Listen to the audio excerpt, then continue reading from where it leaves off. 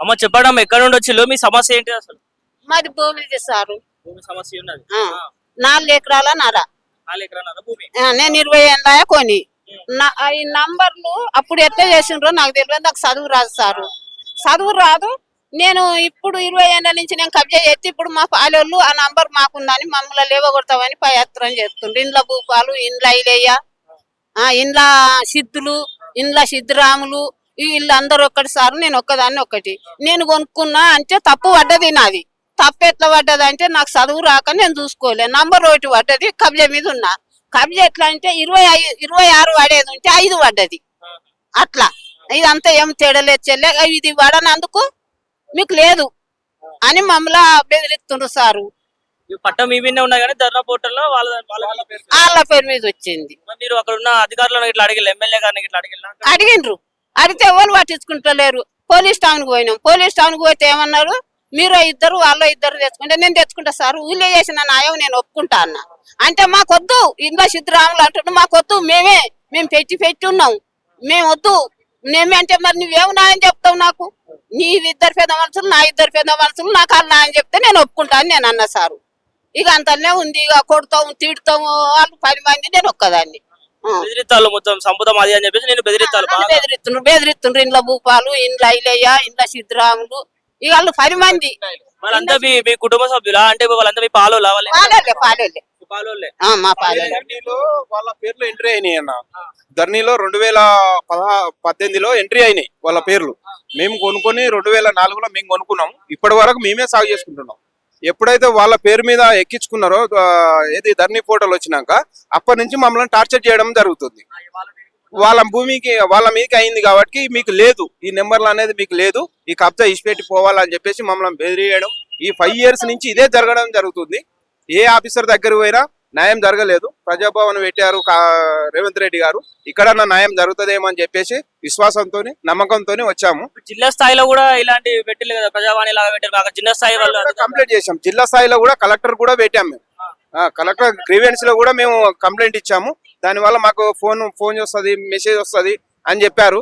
కానీ ఇంతవరకు ఏ రెస్పాన్స్ రాలేదు. రాకపోవడంతో ఇంత దూరం రావడం జరిగింది. ఎమ్మెల్యే పల్లెరాజేశ్వర రెడ్డి గారు ఏమంటుంటారు దీని మీద స్పందించే టైం? పల్లెరాజేశ్వర రెడ్డి దగ్గర పోతే ఆయన మాకే కలవడు. ఆయన భూమిలో ఆయన చూసుకోవడానికి టైం దొరుకుతలేదు. ఇంకా మా పరిష్కారాలు ఎడ చేస్తాడు? అంతే కదా. ఇప్పుడు ఆయన చేసిన భూమి దానాలలో ఆయనకి ఎక్కడ ఏమైంది అనేది ఆయనకే తెలుస్తలేదు. ఒక ఎమ్మెల్యే స్థాయి ఏం చేయాలనో అర్థం కాక ఉన్నది. సామాన్య ప్రజలు ఎక్కడికి వెళ్ళి మొరబట్టుకుంటాడు అని చెప్పేసి మేము కోరుకుంటున్నాం. ఈ రేవంత్ రెడ్డి గారు కాంగ్రెస్ ప్రభుత్వంలో ప్రజావాణి పెట్టడం వల్ల మాకు చాలా మేలు జరుగుతుందని, పేదవారికి న్యాయం జరుగుతుంది అని చెప్పేసి విశ్వాసంతో నమ్మకంతో ఇంత దూరం రావడం జరిగింది. గత ప్రభుత్వం కూడా మీరు గత ప్రభుత్వానికి అడిగినా కూడా ఏం చేయలేకపోయారు. గత ప్రభుత్వంలోనే ఇది జరిగింది. ధర్నీ పోర్టల్ వచ్చిన తర్వాత గత ప్రభుత్వంలో ఒకరికి మార్పిడి చేయడం జరిగింది. అది ఎవరికి ఎట్లా అయింది అనేది కూడా ఇంతవరకు కన్ఫ్యూజన్ లోనే ఉంది. అది రాజకీయ నాయకుల అండతోని వాళ్ళు చేసుకోవడం జరిగింది. పేదవాడికి పోతే ఇది ధర్నీ అమ్మ, ఇది మేము ఏం చేయలేము, మీకు ఎట్లున్నది అట్లనే దున్నుకోండి, లేదంటే ధర్నీ మేము ఏం చేయలేము, మాకు పైనుంచి ఆర్డర్స్ కూడా లేవు అని చెప్పేసి ఎత్తడం జరిగింది. ఎవరు? మాకు రైతు బంధు రావట్లేదు. వాళ్ళ పేరు మీదనే పడుతుంది కదా సార్. సర్వే నెంబర్ అటు పోయింది కాబట్టి మాకు రావట్లేదు. వాళ్ళ పేరు మీదనే అయిపోయినాయి. వాళ్ళ పేరు మీదనే అయిపోయింది. లోపల అధికారులు ఏమంటారు? అంటే మాకు లోపల కంప్లైంట్ ఇచ్చాము. అది ఏమొస్తుందో చూడాలి. మరి రేవంత్ రెడ్డి గారి పవర్స్ ఎలా పనిచేస్తాయో, ఆ పవర్స్ మరి పేదవారికి పనిచేస్తాయా, వేరే వారికి పనిచేస్తాయా వేచి చూడాల్సింది ఉంది. తర్వాత చూద్దాం.